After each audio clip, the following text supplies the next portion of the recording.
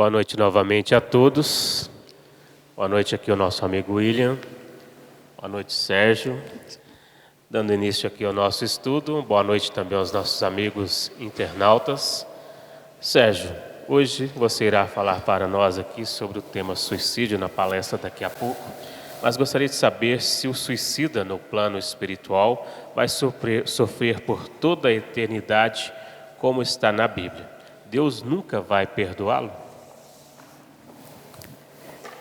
Muito bem, meus queridos e queridas, também desejo a todos uma boa noite, aos nossos amigos também internautas.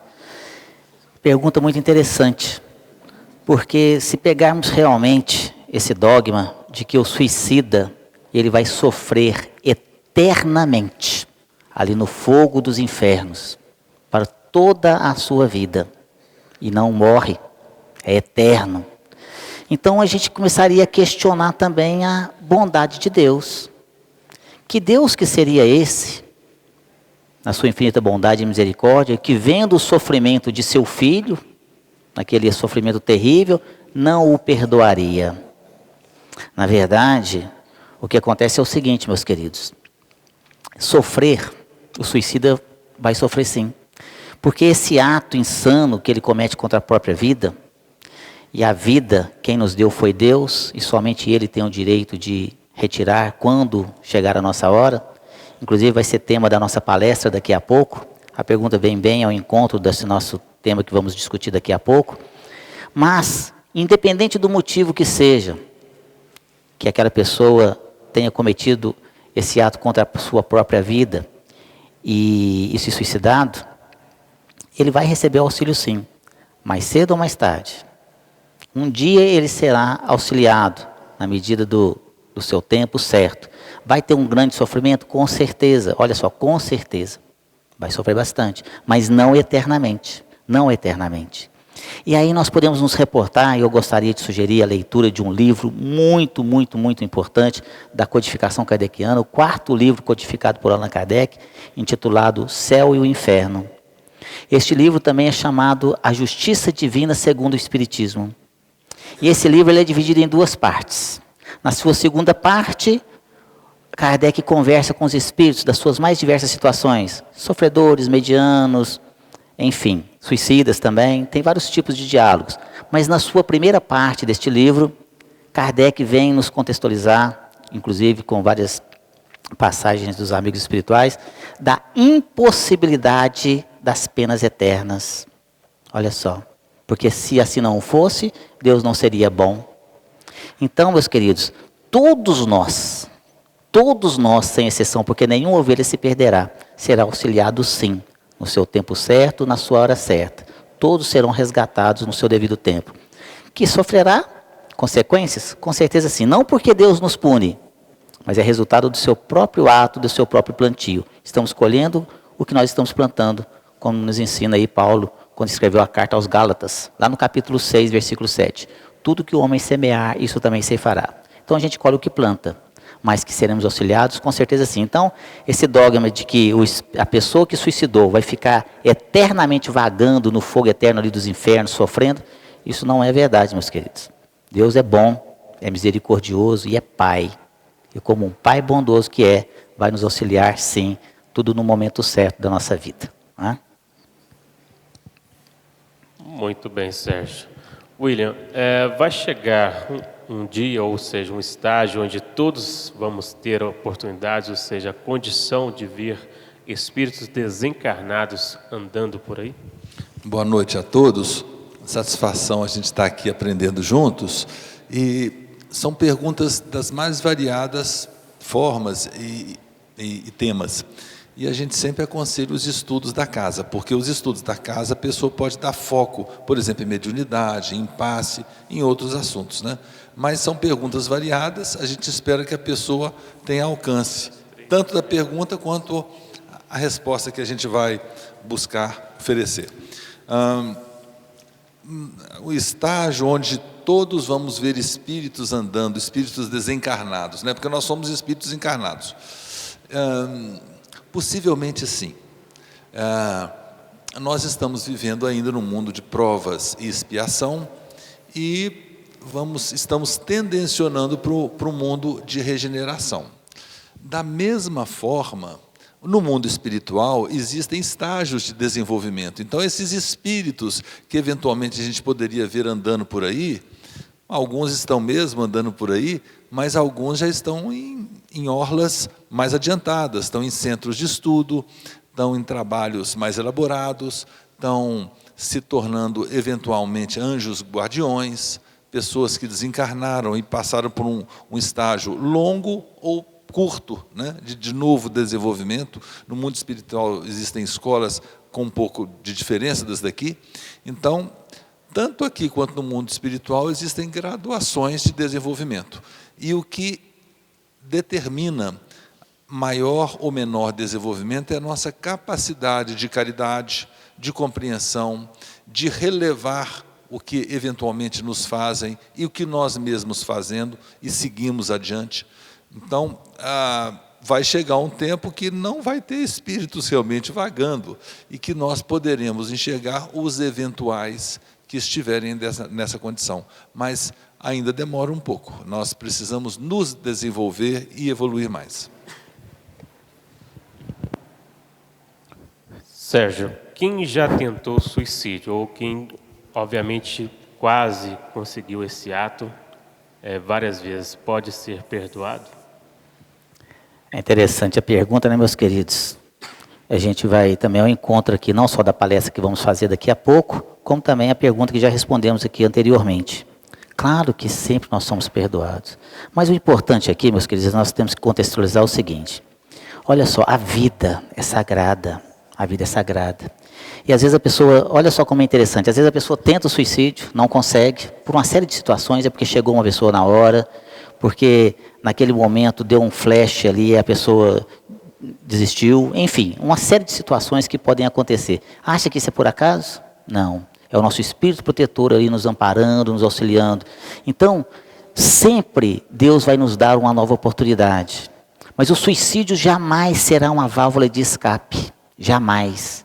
Ele nunca foi uma porta de saída para resolver os nossos problemas, as nossas dificuldades.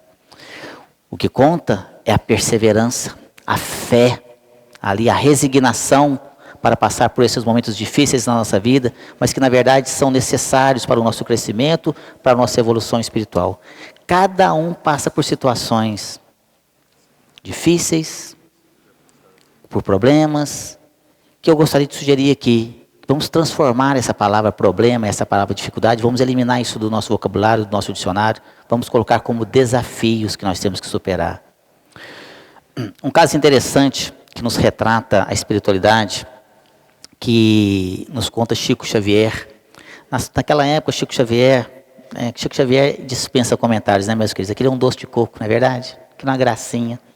E o Chico fora certa vez visitar uma família muito pobre, que estava passando por situações muito difíceis, e ali havia uma pessoa que estava naquele lar, que já havia nascido com sérias deficiências físicas.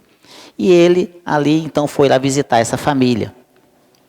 E esse espírito que ali havia reencarnado naquela situação não tinha braços, ele não tinha pernas, ele era surdo, ele era mudo e ele era cego.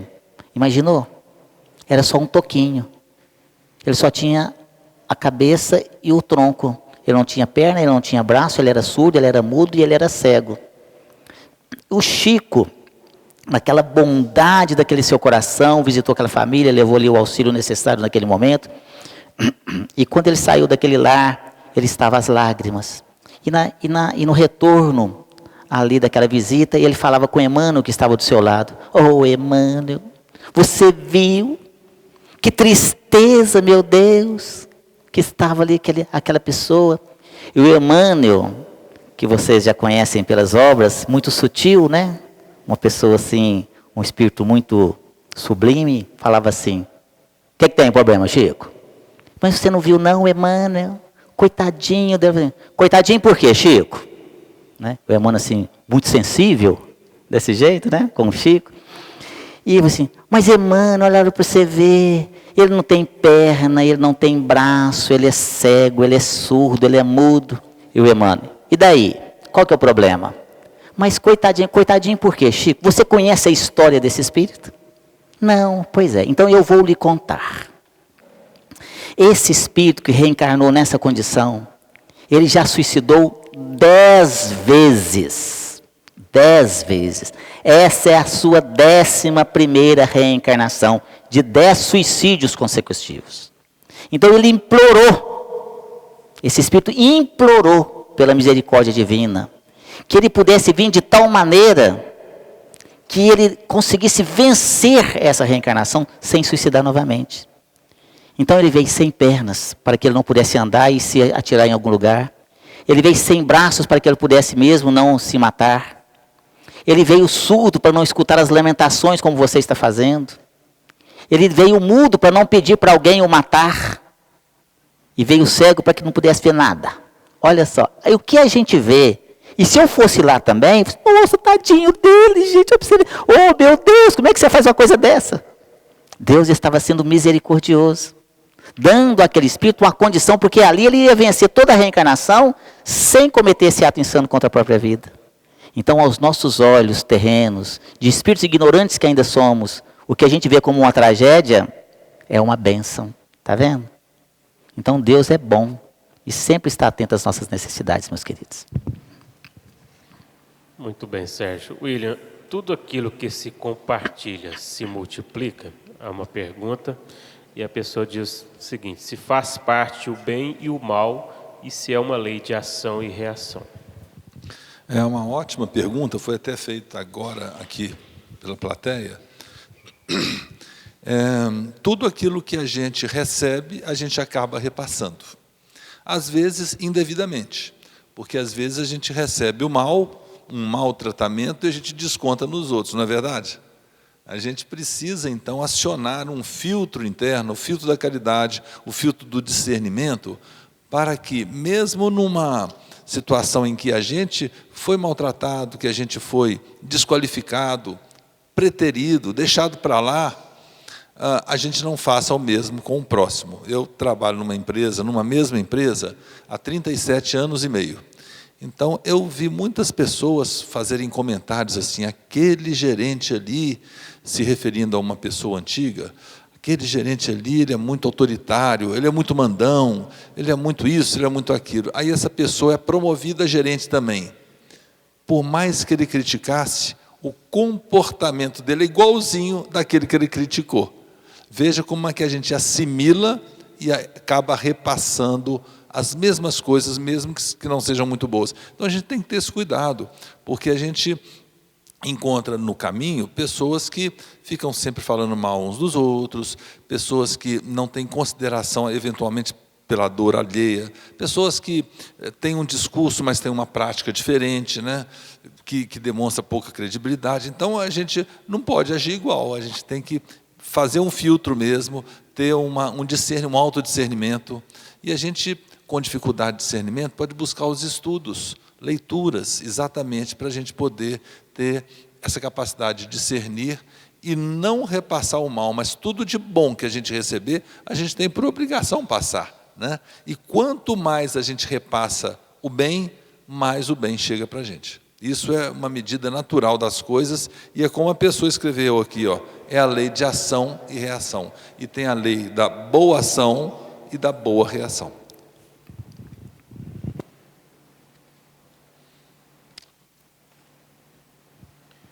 Sérgio, quando estamos ou ficamos nervosos, isso pode ser afastamento da espiritualidade boa? Qual a melhor maneira de equilibrar novamente? Interessante. Na verdade, não é os bons espíritos que se afastam. Na verdade, é você que está atraindo os maus espíritos. Olha só, é diferente. Por quê? Tem uma pergunta interessante no Livro dos Espíritos que fala assim: como nós podemos afastar os maus espíritos? Aí os espíritos falam assim: atraindo os bons. Interessante, né? Como que eu faço mal? Atraindo os bons. Mas como é que eu faço para atrair os bons? Através dos nossos bons pensamentos, das nossas boas ações, das nossas boas atitudes, porque tudo é uma questão de sintonia, meus queridos. Tudo é sintonia. Quando nós elevamos os nossos pensamentos, através da prece, através dos bons sentimentos, as orações sinceras, nós então estamos aqui elevando a nossa vibração e sintonizando com os nossos bons amigos espirituais, com o nosso espírito protetor, com os espíritos trabalhadores da Seara do Cristo. O inverso disso também é verdadeiro. Quando nós baixamos as nossas vibrações através da maledicência, dos maus pensamentos, das calúnias, enfim, daquela situação toda, ou de quando você está ali nervoso e tudo mais, você baixa ali as suas vibrações e você sintoniza com a espiritualidade daquele rameirão comum. E aí permitindo uma aproximação desses espíritos e que dali para gerar um processo obsessivo é muito fácil. E aí começa, se a coisa está ruim, vai ficando cada vez pior. Então o que fazer? Caridade. Fazer aqui as boas ações, culto do Evangelho no lar, meus queridos, de fundamental importância. Quem não faz, faça. As recomendações dos espíritos trabalhadores dessa casa, 100%. Além de outras demais recomendações, esta não falha nunca. Implante o culto do Evangelho no lar. É uma bênção. Praticar a caridade através, por exemplo, da campanha do quilo. Espírito ruim aí, entre aspas aqui, tá certo? Não vai querer ficar acompanhando você em caridade, não. Você quer fazendo ajudar a pessoa? Não, ele não quer, ele quer saber de mordomia, ele quer saber de golo, né, de farra, de fumo, de droga. Isso eles gostam. Mas fazer que ajudar as pessoas, não ajuda não. Quer saber, não, nem você está canseira demais, ficar andando de sol a sol aí atrás do pessoal para poder pedir alimento para os pobres? Não te acompanha de jeito nenhum. Quem acompanha são os bons espíritos. Quer se livrar dos maus espíritos? Vai andar na rua e meio-dia para você ver fazer campanha do quilo, né, Eurípides? Mas não vai nenhum com você, dessa turma não. Só vai ali realmente quem está trabalhando. E para você, quando você estiver nervoso, quando você estiver nervosa, ali passando por situações difíceis, porque às vezes, meus queridos, acontece você ficar ali estressado com alguma coisa, seja no trabalho, seja com a esposa, com o marido, com os filhos, enfim, não é? Então faça como o nosso querido e saudoso Chico Xavier nos ensina, tome a água da paz. Olha só que maravilha, que bênção. Porque normalmente quando você está nervoso, você fala coisa que você não deve, você magoa as pessoas, e aí você acaba ferindo os sentimentos de muitas pessoas. Normalmente quando a gente fala, quando a gente está nervoso, a gente sempre fala coisas que não deve. Então conte até 10, até 100, até 1000 se necessário for. Sai de casa, dá uma voltinha no quarteirão, conta as pedrinhas da rua, as folhinhas da árvore, mas tome a água da paz. Nós espíritas, quem faz o culto do Evangelho no lar, só funciona com água frutificada, na verdade. A água da paz não funciona com qualquer água não, viu gente? Você faz o seguinte, você pega a água frutificada, tem que ser água frutificada, coloca lá no copo, e aí, se você estiver muito bravo, aí você faz assim, ó, pega a água fluidificada e faz assim, ó.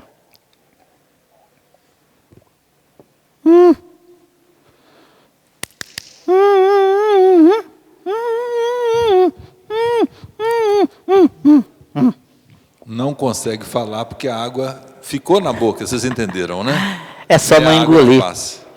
É só não engolir, meus queridos, entendeu? A brincadeira da água frutificada. É claro que a analogia que a gente faz é o quê? Boca cheia, não fala bobagem. E tem uma frase que eu gosto muito que fala assim, cuide para que suas palavras sejam melhores do que o seu silêncio. Olha só. Cuide para que suas palavras sejam melhores do que o seu silêncio. Se você não tiver uma coisa boa para falar, fecha o bico. Não fala nada não. Se for falar alguma coisa, que isso saia de dentro do seu coração. Que saia coisas boas. Mas se não for coisa boa, fecha a boca e fica muito melhor. É isso.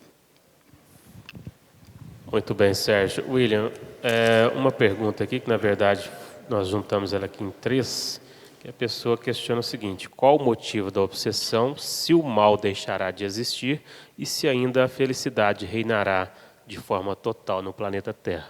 Nós estamos esperando esse momento, a felicidade total, não estamos? No planeta, na nossa casa, no nosso trabalho, não é verdade? Na rua, sem assalto, sem pobreza, não é esse momento que nós estamos esperando? O mundo de regeneração está a caminho, mas quem constrói esse mundo, quem será? Será que é o Chico Xavier? Emmanuel? Quem será que constrói esse mundo?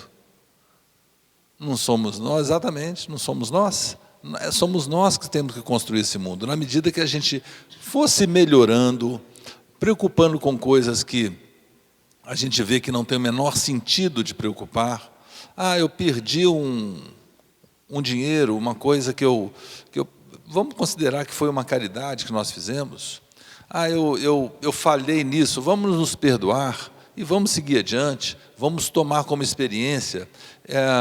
A pessoa falhou comigo, olha, eu vou orientá-la para que ela não fale mais, não só comigo, com outra pessoa, mas orientá-la com amor e sem humilhação, e vamos seguir adiante. Amanhã pode ser eu que fale, não é verdade?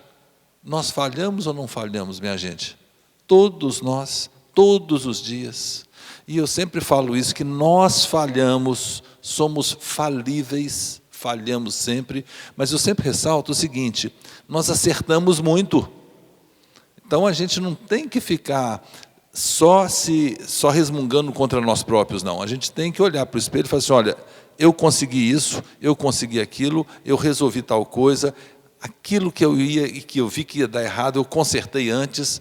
Então, nós já acertamos muito, mas nem por isso que a gente acerta muito, a gente eventualmente deixa de cometer falhas. Então, diminuindo cada vez mais as nossas falhas, as nossas impaciências, as nossas intolerâncias, nós vamos conseguir mudar o mundo. Vamos mudar o mundo pessoal. Se cada um mudar um pouquinho o mundo pessoal, o mundo coletivamente vai ficar melhor. E isso é regeneração. Quem regenera o mundo somos nós, né? Somos principalmente aqui da Casa Espírita, e eu quero aproveitar esse momento para parabenizá-los que estão aqui. Porque tantas outras atividades que são, diríamos, profanas, né, Sérgio e Eurípides, e que estão aproveitando esse excelente momento de compartilharmos informações muito úteis para a nossa vida. Muito bem, William. Sérgio, há um ditado que diz que o que Deus uniu, o homem não separa. A igreja condena o divórcio. Como fica essa questão? O Espiritismo não é contra o divórcio? Então, interessante, né? Porque às vezes as pessoas falam assim, mas o Espiritismo é a favor do divórcio? Não. Também não é contra. Mas como assim? Nós precisamos de compreender uma questão, meus queridos. Olha só, esse dogma da igreja, que vem de longa data, porque quando está lá na Bíblia, né, o que Deus uniu, o homem não separa. E aí fica uma situação, meus queridos. A pessoa, às vezes, ali casa, não dá certo, por uma série de motivos, e aí nós não vamos adentrar aqui a essas questões, mas aí não dá certo e não pode separar. E você vai viver infeliz o resto da vida com aquela pessoa. E aí, às vezes, chegando às vias de fato, as brigas físicas, chegando ali a assassinatos, inclusive. Então, nos ensina ali, e aí tem um capítulo específico no Evangelho segundo o Espiritismo, que fala exatamente desse assunto. Eu sugiro a você que fez a pergunta e a todos nós aqui, que possamos estudar mais sobre esse tema. Porque, na verdade, meus queridos, o que é o divórcio? O divórcio é uma lei humana. O divórcio é uma lei humana, não é uma lei divina. O divórcio é uma lei humana que vem aqui oficializar ali uma questão entre o casal que já aconteceu há muito tempo, que foi a separação. Ele simplesmente vem oficializar uma coisa que já aconteceu. Vocês já viram, por acaso, um casal se amando, no maior love, e aí andando ali pela rua, você, onde é que vocês vão? No juiz separar, divórcio? Isso não existe. Né? Mas como assim? Quando acontece o divórcio é porque a coisa já foi por água abaixo. Já não existe. Por quê? Porque não foi respeitada uma lei maior. Aí sim uma lei divina, que é a lei do amor. Olha só. Se não acabou o amor, se não tem mais, vai fazer o quê? Resta o aprendizado. Então, a pessoa, ela tem o direito de ser feliz, sim.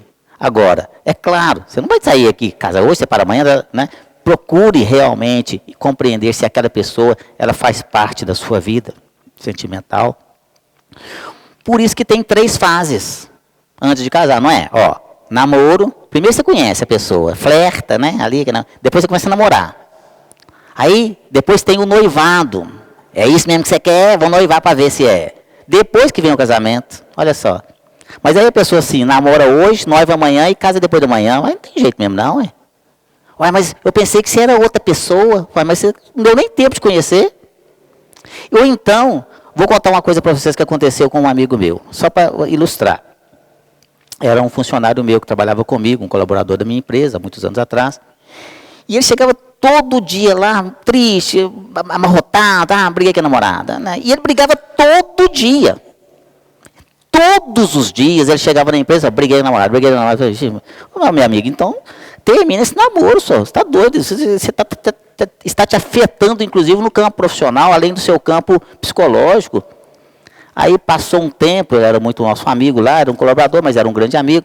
Ele chegou para mim e falou assim, eu já vou resolver o meu problema, assim, você vai separar dela? Não, vou ficar noivo. Você ficando doido, rapaz? Você briga o dia inteiro num inferno na sua vida, você vai ficar... Não, porque a gente vai ficar noivo, porque aí a gente vai acertar. A gente vai acertar os ponteiros. Aí ficou noivo, aí piorou.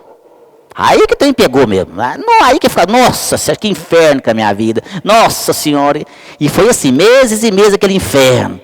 Aí eu digo, cara, termina esse noivado, arruma uma pessoa que te entenda, que você também te compreenda, que você possa compreendê-la e tudo. Aí chegou para mim assim, eu vou resolver esse problema. Vai separar? Não, eu vou casar. Você ficou doido, rapaz? Não, porque o problema nosso é isso, é casamento. É porque a gente fica muito separado, a gente briga demais. A hora que a gente casar, a gente vai ficar na mesma casa, aí a gente vai estreitar os lados, aí vai ficar tudo bom. Aí casou. Nossa, aí que ficou pior mesmo. Né? Aí eu disse, ser do céu, eu estava no inferno, eu pensei que eu estava no inferno, agora que eu estou no inferno mesmo. Né? E aqui foi aquele inferno, ele chegava todo dia, aquela brigaiada, aquele negócio todo. Aí um dia chegou para mim, vou resolver o problema assim, vai separar? Não, vou arrumar um menino. Eu falei, meu filho, não tem condição não. Não, porque está faltando um menino, porque a hora que vier o menino, aí nós vamos ter mais tempo para o menino, aí nós vamos parar com essa brigaiada. Então, arrumou o menino, aí acabou o restinho. Que resultado? Separou. Né? Olha para você ver, teve a oportunidade do namoro para separar? Não, foi deixar lá na frente para poder depois separar uma coisa que já estava ali contada. Então nós temos que compreender. Depois de não dar certo de jeito nenhum, vai fazer o quê? Você vai matar a pessoa ou a pessoa vai te matar? Não, melhor separar. Isso está lá no Evangelho, segundo o Espiritismo. Melhor separar, tentar uma nova oportunidade, numa próxima reencarnação, se realmente aquele espírito veio para ficar com você, enfim. Né? Então o Espiritismo não é contra, por quê? Porque o divórcio é uma lei humana que vem separar o que aconteceu já de fato. É isso. Muito bem, Sérgio. William, uma pergunta que chega. Allan Kardec, se ele era considerado o pai do Espiritismo e se também era médium? Boa pergunta. O Allan Kardec é um pseudônimo. Na verdade, uma eventual existência anterior de Hipólito Leoni Delisar, que é o nome verdadeiro do codificador, o ajuntador de coisas do Espiritismo. Por que ajuntador ou codificador? O Espiritismo, desde que gente passou a existir, que havia contatos com seres diferentes, não encarnados. Quanto mais anteriormente, na anterioridade, é mais rudimentar esse contato. E com o passar do tempo,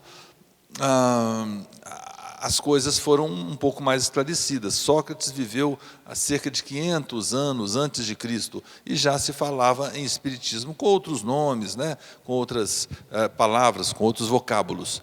E existia, exatamente na Europa, um movimento grande a favor de uma, vamos dizer assim, de uma busca de todas essas informações sobre o espiritismo que já havia nas Américas, na Ásia, em vários locais, e esse professor Hipólito, né, Hippolyte, francês, ele resolveu ajuntar tudo e fazer uma prática de espiritismo, né? E por isso que ele descobriu uma possível vida anterior, e na qual ele identificou esse nome, Allan Kardec, e gostou de ser melhor conhecido por ele.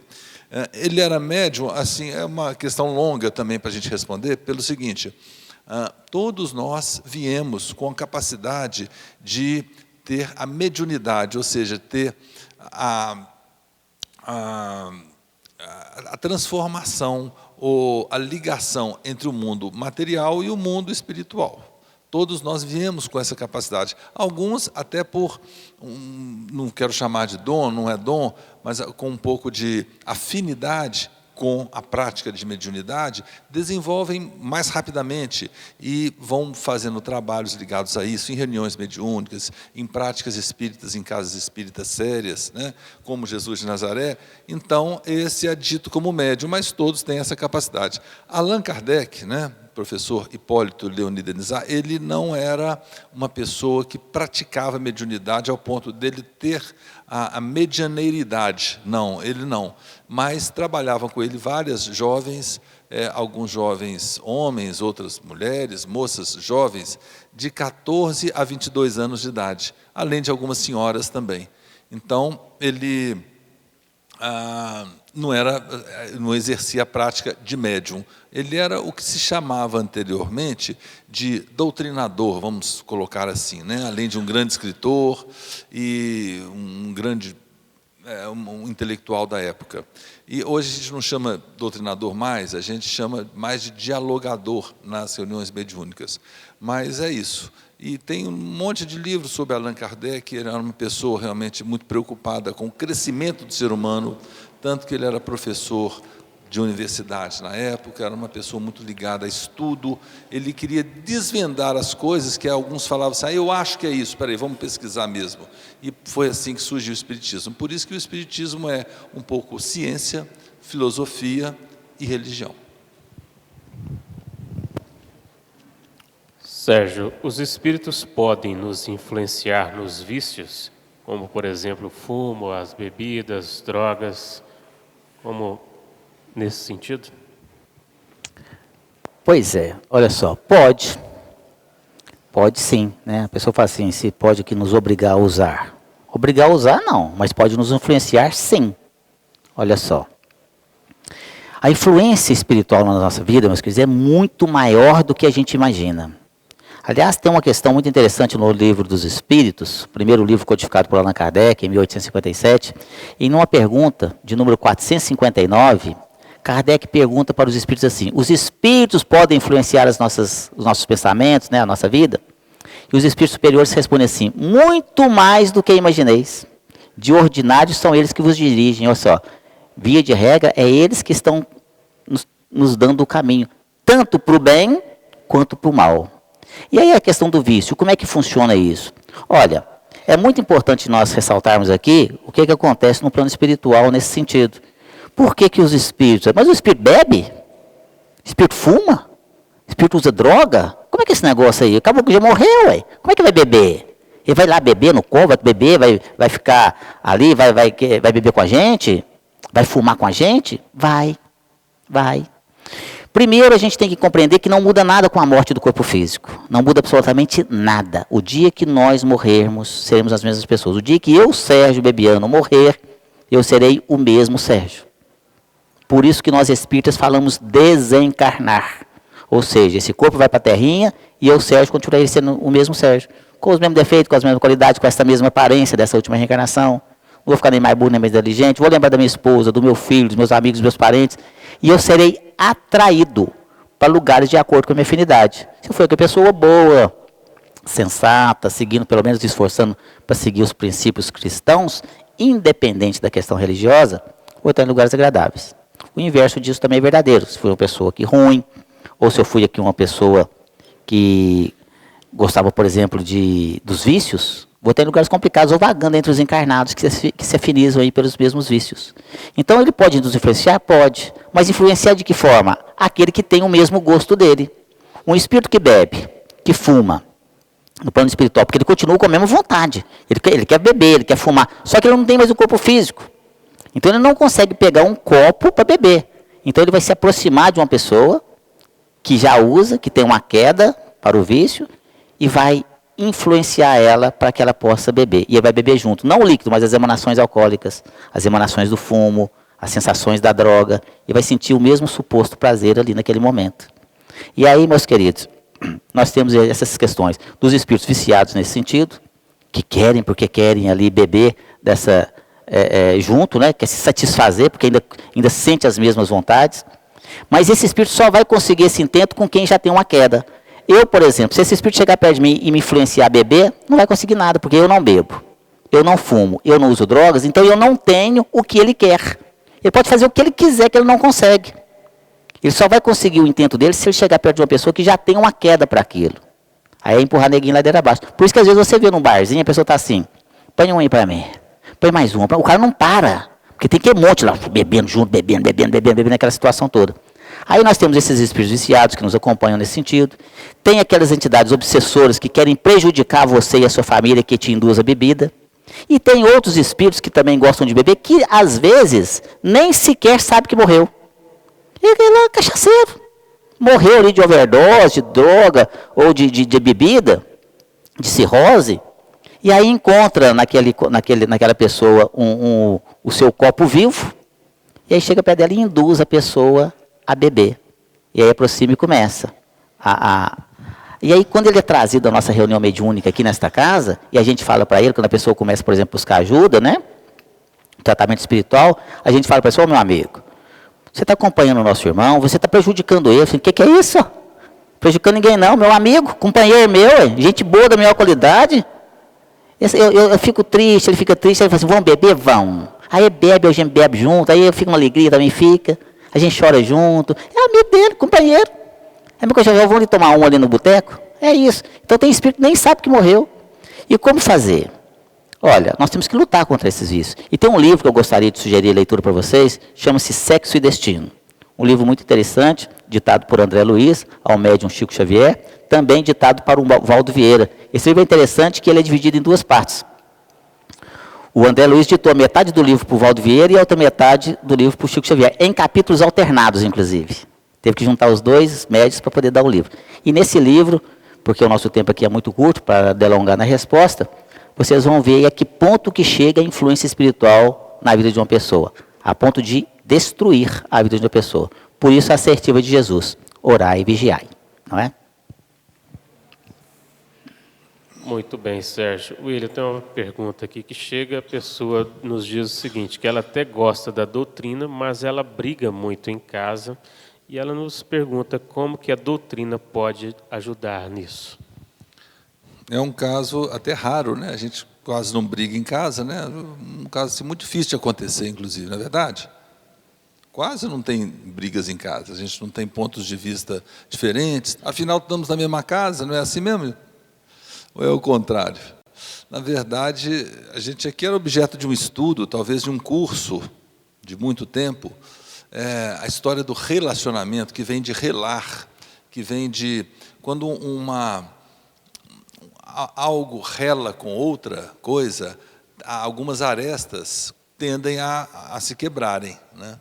E é esse o medo do ser humano, de quebrar as suas arestas, tirar uma parte da gente. A gente acha que é tão bem feito, do jeito que a gente está, que a gente não quer abrir mão, infelizmente, de nenhum pedacinho nosso, nem em prol do relacionamento, né? E o relacionamento, para ficar mais redondo, né? De forma redonda, aí não tem aresta, um batendo no outro, né? Aí fica muito melhor, mas a gente não quer, muitas vezes a gente não quer. Então, é essa prática de aprendizado, de conviver, né? Já pensou se a gente fosse obrigado a viver só com gente que a gente não gosta? E, às vezes, a gente se acha nessa situação, puxa vida, as pessoas do trabalho, eu não tenho como escolher outro trabalho, porque esse emprego está difícil. As pessoas não gostam de mim, ficam implicando comigo. O pessoal lá em casa não me compreende, não tem jeito, acham que eu não cresci ainda, vive me dando um conselho, me mandando fazer as coisas, meus irmãos, minha namorada, minha esposa.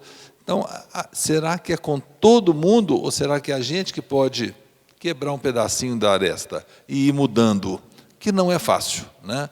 Como eu falei, a gente acerta muito, mas a gente erra, eventualmente, também. Muitas opiniões nossas são hoje verdadeiras, são verdades até absolutas, opiniões nossas. Amanhã não são mais. Amanhã as coisas mudam. Eu estou falando amanhã, dando um prazo de tempo longo, porque pode ser que daqui a 10 minutos a verdade se muda, né?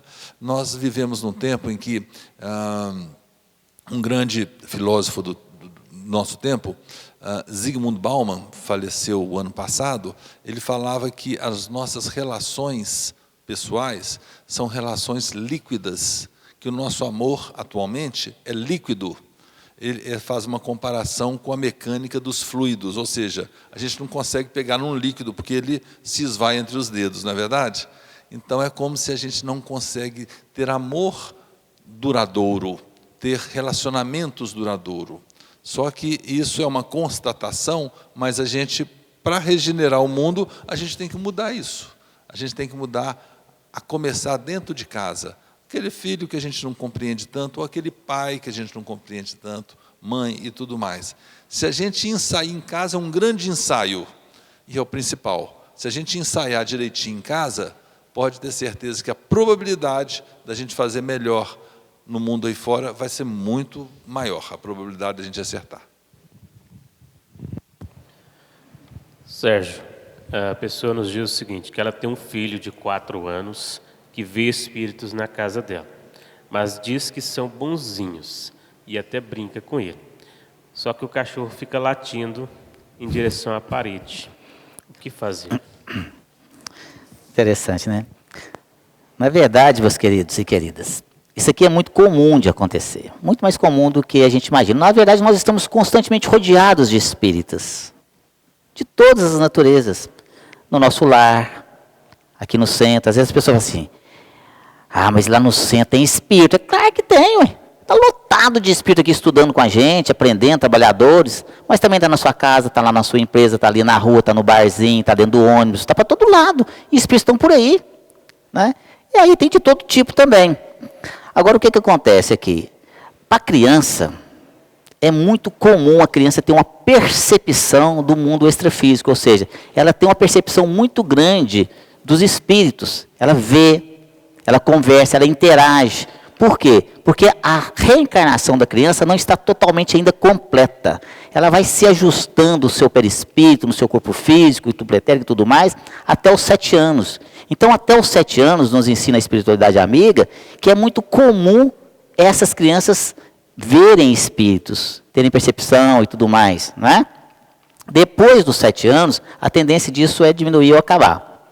Se aquela pessoa, se aquela criança veio com essa predisposição mediúnica, lá na frente vai eclodir de novo.